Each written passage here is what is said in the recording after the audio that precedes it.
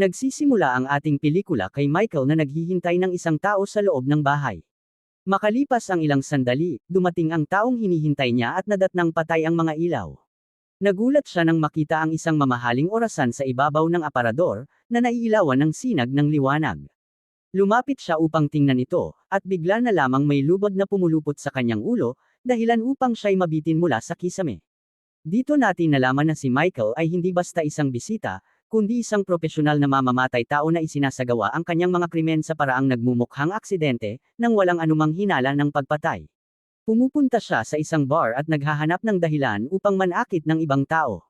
Nang makita niya ang ilang kabataang lalaki na nanghaharas ng isang babae, nagpasya siyang ibuhos sa kanila ang kanyang galit. Hinarap niya ang mga ito at walang awang binugbog hanggang sa mabali ang kanilang mga buto. Pagkatapos nito, pumunta si Michael sa kanyang pinagtatrabahuhan, na isang club o kumpanya na binubuo lamang ng mga mamamatay tao na tulad niya. Dito ipinakilala ang kanyang unang kasosyo, si Cliff, na ang paraan ng pagsasagawa ng misyon ay naiiba dahil umaasa ito sa karahasan at lakas. Ang kanyang tanging sandata ay ang palakol. Samantala, si Pete naman ang pinakakinamumuhian niya dahil gumagamit ito ng mga partikular na materyales upang isagawa ang pagpatay, nang hindi man lang naghihinala ang biktima kung ano ang susunod na mangyayari. Nakilala rin natin sina Mac at Mick, na mga dating espesyal na operatiba na magkasamang lumaban sa mga digmaan, dahilan upang maging malapit silang magkaibigan. Sanay silang pumatay ng mahahalagang tao sa paraang nagmumukhang random ang krimen upang mailigaw ang pulisya. Pagkatapos nito, dumating tayo sa nag-iisang babae sa kumpanya, si Jane, na isinilang at lumaki sa martial arts sa Japan. Siyempre, ang kanyang pangunahing sandata sa pagsasagawa ng mga operasyon ay ang taibak. Sa huli, nakilala natin si Fred, na makaluma ang estilo at gumagamit ng mga kakaibang paraan ng pagbitay na siya mismo ang nag-imbento. Kakaiba dahil pumipili siya ng mga biktima ng random mula sa phone book ng walang malinaw na dahilan. Samantala, si Ray naman ang pinuno ng kumpanya at ang utak sa likod ng lahat ng mga kriminal na ito. Sa panahong iyon, kinukumusta niya si Michael tungkol sa huling operasyon, at sinabi ni Fred sa kanila na nakaisip siya ng ideya ng paggamit ng medical tape matapos lagyan ito ng ilang bagay, upang mapatay ang target sa loob lamang ng ilang minuto. Siyempre, pinagtawanan nila siya. Pagkatapos ay tinanong nila si Michael tungkol sa kanyang bagong kasintahan, at sinabi niya na paminsan-minsan lamang niya itong nakikita. Dito nagsimula ang pag-uusap nila tungkol sa dating kasintahan ni Michael na si Beth, na iniwan siya matapos ang ilang buwang relasyon. Patuloy nila siyang kinukutya dahil isa itong environmental activist.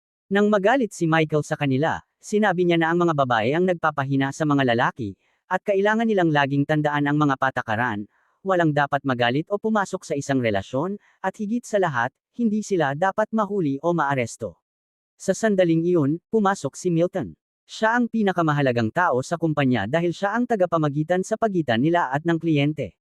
Siya ang tumatanggap ng pera at impormasyon, na inililipat niya sa mga tape sa makalumang paraan para sa seguridad. Mahigpit na ipinagbabawal sa executor na malaman ang pangalan ng kliyente sa anumang pagkakataon. Tinanong niya si Michael kung bakit hindi pa tapos ang transaksyon ng accountant, at ipinaliwanag ni Michael na kailangan pa itong ayusin. Ngunit sinabi ni Milton na nagmamadali ang kliyente, at kailangan na ito sa lalong madaling panahon dahil mahalaga ito.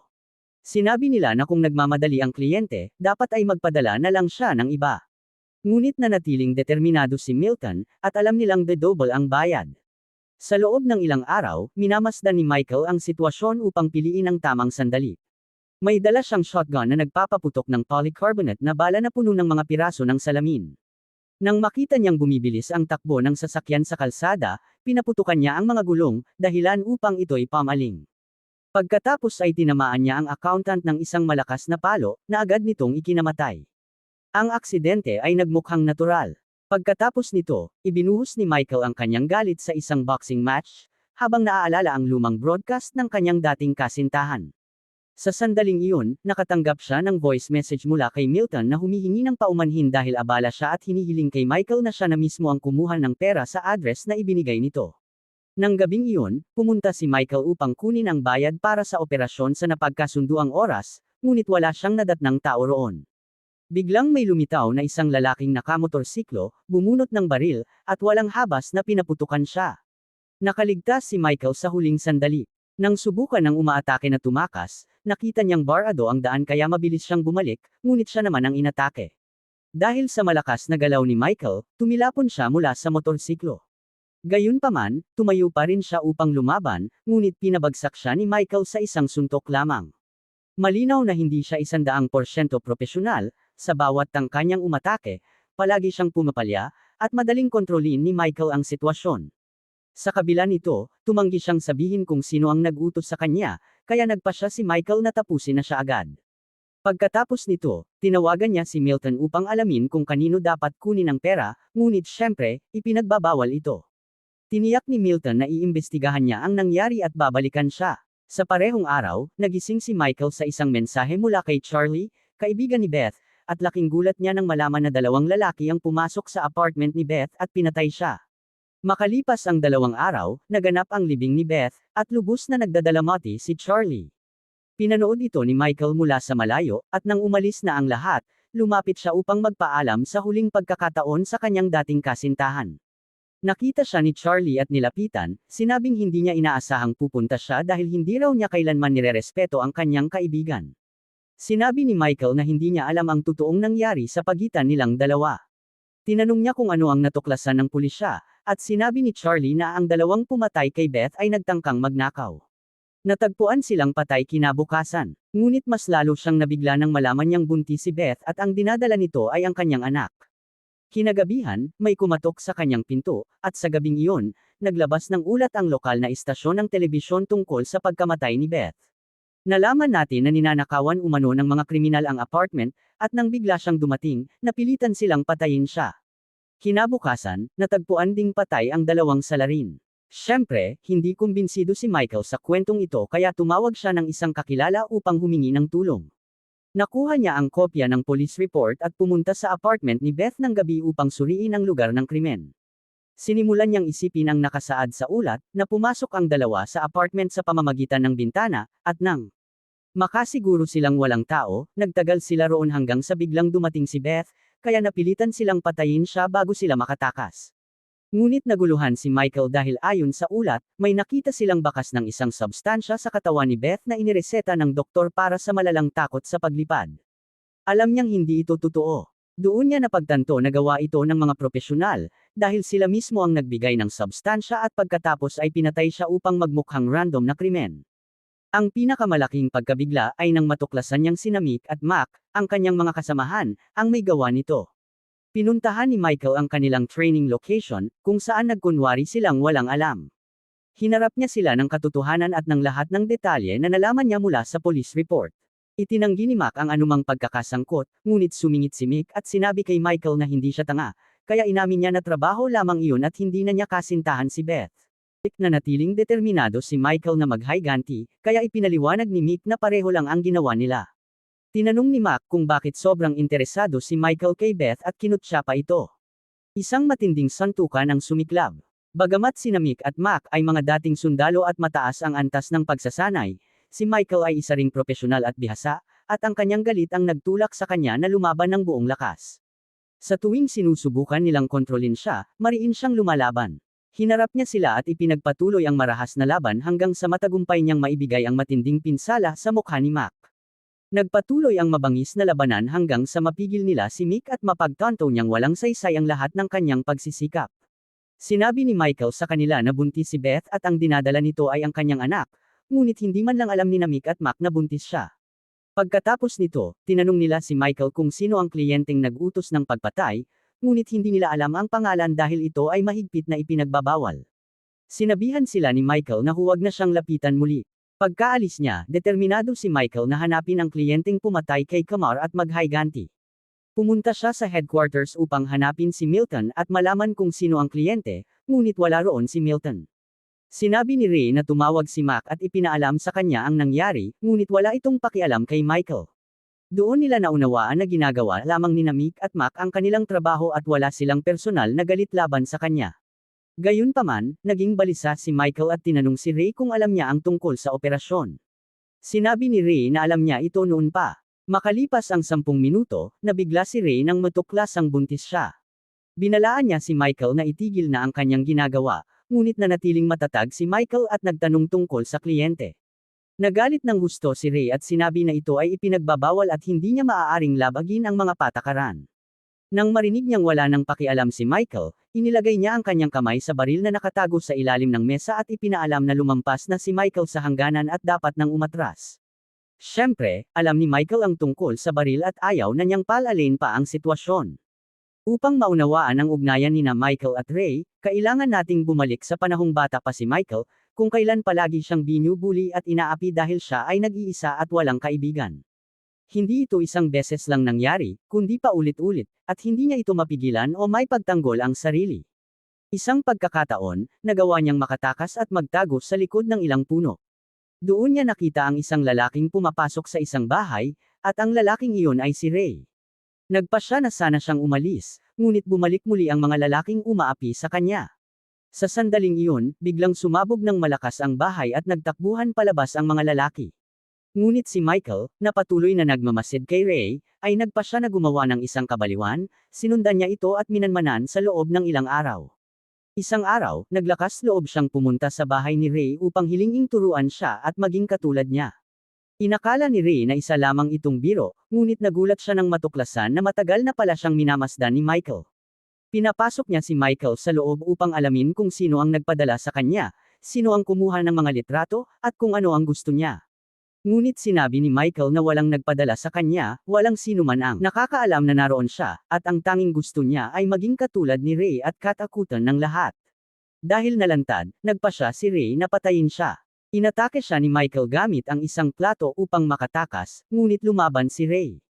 Bago niya tuluyang mapatay si Michael, sinabi ni Michael na kung hindi darating agad ang kanyang ampun na ama, hahanapin niya ang kopya ng mga litrato. Siyempre, hindi ito pinaniwalaan ni Ray, ngunit umatras siya matapos makumpirmang walang sino man ang nasa likod ni Michael. Ang tanging nais ni Michael ay matutong ipagtanggol ang sarili at maghiganti sa mga taong umaapi sa kanya. Nakita nila na may kakaiba siyang kakayahan, ngunit kailangan niya ng matinding pagsasanay upang maging tulad nila. Sinimulan nila siyang ihanda sa psikolohikal na aspeto upang hubugin ang kanyang personalidad at malampasan ang kanyang takot. Pagkatapos nito, inalok nila siya ng isang full-time na trabaho, ngunit may kondisyon na dapat niyang kalimutan ang kanyang dating buhay at lahat ng taong kilala niya. Tinanggap ni Michael ang alok, at itinuro nila sa kanya ang lahat ng paraan kung paano paksay ng sinuman nang hindi nag-iiwan ng bakas. Sinanay din siya sa paggamit ng mga sandata at sa lahat ng kilalang martial arts upang maging isang propesyonal na mamamatay tao. Ang pinakamahalagang bagay ay ang pangunahing mga patakaran, hindi siya maaaring magalit o masangkot sa anumang relasyon, at syempre, hindi siya maaaring mahuli. Bumalik tayo sa kasalukuyan, at pumunta si Michael sa bahay ni Charlie upang malaman kung ano ang ginagawa ni Beth bago siya mamatay. Ngunit wala nang pakialam si Charlie sa anumang sinasabi niya dahil ni minsan ay hindi raw niya ito inisip, kaya hindi siya pinapasok. Gayunpaman, sinabi ni Michael na may alam siya tungkol kay Beth na hindi alam ng pulisya, kaya pumayag si Charlie na papasukin siya upang pakinggan ang kanyang sasabihin. Sinabi ni Michael na hindi namatay si Beth dahil sa simpleng pagnanakaw, kundi sinadya talaga ang kanyang pagpatay. Hindi siya pinaniwalaan ni Charlie at sinabi niyang kung may sasabihin siya, dapat ay sa pulisya niya ito idulog. Sinubukan ni Michael na kumbansihin siya sa lahat ng paraan na si Beth ay pinaslang ng mga propesyonal dahil maaaring nasangkot siya sa mas malaking bagay kaysa sa kanyang sarili. Ngunit nanatiling hindi kumbinsido si Charlie at sinabi niyang wala siyang ebidensya sa lahat ng sinasabi niya. Bigla na lamang sumugod si Cliff sa loob ng apartment at marahas silang inatake. Sinubukan ni Michael na pigilan siya, ngunit wala itong silbi dahil si Cliff ay parang nagngangalit na toro. Halos mailigtas lang ni Michael ang sarili niya. Sa sandaling iyon, sinubukan ni Charlie na saksakin si Cliff, ngunit walang epekto. Binunot niya ang kutsilyo upang tuluyang patayin si Michael, ngunit nanlaban si Michael. Nang hilahin niya si Cliff pabalik, bumagsak ito sa palakol, at iyon na ang huling suntok. Hindi maunawaan ni Michael kung bakit gusto siyang patayin ni Cliff, kaya sinabi ni Cliff na hindi niya alam na naroon siya. Pagkatapos nito, namatay si Cliff. Doon napagtanto ni Michael na si Charlie pala ang tunay na target ni Cliff, at labis na natakot si Charlie sa nangyari. May naunawaan si Michael, kaya sinabi niya kay Charlie ang totoo tungkol sa kanyang trabaho at nakailangan niyang malaman kung ano ang ginagawa ni Beth bago ito namatay. Sinabi ni Charlie na iniimbestigahan ni Beth ang kanyang mga kasamahan sa mga kaso ng korupsyon na may kinalaman sa mga oil company, ngunit wala siyang alam na partikular na detalye maliban sa katotohanang ni-record ni Beth ang kanyang ginagawa at sinesave ito sa computer ng kanyang ama. Sinabi ni Michael kay Charlie na pumunta siya roon agad at ipaalam sa kanya kung may makita siyang mahalagang impormasyon, at higit sa lahat, huwag ipaalam sa pulisya ang nangyari. Pagkatapos nito, pumunta si Michael sa health club kung saan naroon si Milton at nadatnan niya roon si Fred, na alam ang dahilan ng kanyang pagdating. Binalaan siya ni Fred tungkol sa balak niyang gawin. Pagpasok niya, kumuha siya ng dumbbell at hinampos nito ang gwardya. Galit na galit si Michael kay Milton dahil nalaman nito ang tungkol sa pagkamatay ni Beth ngunit hindi niya sinabi sa kanya, at dahil muntik na rin siyang mapatay nang siya ang pinapunta upang kunin ang pera. Sinubukan ni Milton na ipaliwanag na hindi niya sinasadyang ilagay si Michael sa panganib at ang ginagawa nito ay paglabag sa mga patakaran ng kumpanya, ngunit sinuntok siya ni Michael at sinabing, "Ikaw ang unang lumabag sa mga patakaran." Pumasok ang gwardya mula sa labas at patuloy na sinaktan si Michael, at malinaw na masyadong malalaki ang kanilang katawan para sa wala lang. Bumalik si Michael kay Milton at tinanong kung sino ang kliyenteng nag-utos ng pagpatay kay Beth, ngunit tumanggi itong sumagot dahil ipinagbabawal iyon. Kaya hinampos nila si Michael ng isang bakal sa kanyang mga binti, at alam nilang sa susunod ay mababali na ang kanyang buto. Dahil dito, napilitan si Milton na sabihin ang totoo, ngunit hindi pa rin niya alam ang pangalan ng kliyente. Ang trabaho ay kinuha niya mula sa isang taong may koneksyon sa kliyente, na ang pangalan ay Leonard Kent. Pagkaalis niya roon, nakatanggap si Michael ng tawag mula kay Charlie na nakahanap ng mahahalagang impormasyon at nakipagkita sa kanya sa terminal ng bus. Samantala, galit na galit si Ray sa kanyang mga tauhan dahil hindi nila napigilan ang isang tao lamang. Ipinagbigay alam niya sa kanila na si Cliff ay napatay ni Michael, na wala na ngayong halaga para sa sinuman, kaya napagpasyahan niyang si Michael na ang target. Inatasan si Jean na protektahan ang kliyente bago pa makarating si Michael, at tiniyak niyang kailangang matapos ito agad, kung hindi ay masisira ang kumpanya. Dumating si Michael sa bus terminal upang makipagkita kay Charlie, at sinabi nito na iniimbestigahan ni Beth ang mga gawain ng isang dayuhang oil company na nagdudulot ng matinding pinsala sa kalikasan, lalo na sa tubig ng lugar. Nakakuha siya ng impormasyon mula sa isang accountant bago ito namatay, at napag-alaman nating iyon pala ang accountant na pinatay ni Michael sa aksidente sa sasakyan. Ibinigay ni Charlie kay Michael ang hard drive na naglalaman ng lahat ng impormasyon. Binalaan siya ni Michael na mag-ingat at nangakong ipaghihiganti niya si Beth laban sa sinumang pumatay sa kanya. Pagkatapos nito, pumunta siya sa opisina ni Leonard Kent upang alamin kung sino ang pumatay kay Beth. Sa una, itinanggi ni Kent na kilala niya si Beth, ngunit sinabi ni Michael na alam niya ang lahat tungkol sa kanya at sa kapangyarihan nito sa oil company, at tinakot siyang itatapon palabas ng bintana kung hindi siya magsasabi ng totoo. Dahil sa takot na mapatay, sinabi ni Kent ang pangalan ng taong nag-utos ng pagpatay, na si Z. Inihagis siya ni Michael sa ibabaw ng mesa at pinilit siyang sabihin ang lahat ng detalye. Ipinaliwanag ni Kent na si Z ang CEO ng oil company na mamanahin niya mula sa kanyang ama na may malubhang karamdaman. Nang kumalat ang impormasyon mula sa accountant, lumaki ang problema, kaya ipinagawa ni Z ang lahat upang linisin ang kanilang mga bakas. Nag-record din si Milton ng usapan nila upang masiguro ang kanyang sarili. Bigla na lamang pumasok sina Mick at Max sa opisina at pinaputukan sila, kaya namatay si Kent. Nakaligtas si Michael sa huling sandali. Inilabas ni Mac ang isang maliit na bomba upang ihagis ito, ngunit sinipa ito ni Michael at sumabog ito sa likuran nila. Nagkaroon ng matinding labanan. Binaril ni Mick si Michael, ngunit aksidenteng tinamaan si Mac at napatay. Dahil sa pagkamatay ng kanyang matalik na kaibigan, nabaliw si Mick at walang habas na nagpaputok kay Michael. Nang maubos ang bala, muling humarap si Michael sa kanya. Patuloy siyang binugbog ni Mick sa tindi ng galit hanggang sa binugahan siya ni Michael ng fire extinguisher at nawalan ito ng malay. Pagkalabas niya, inatake siya ni Pete upang paralisahin siya, ngunit nakatakas si Michael.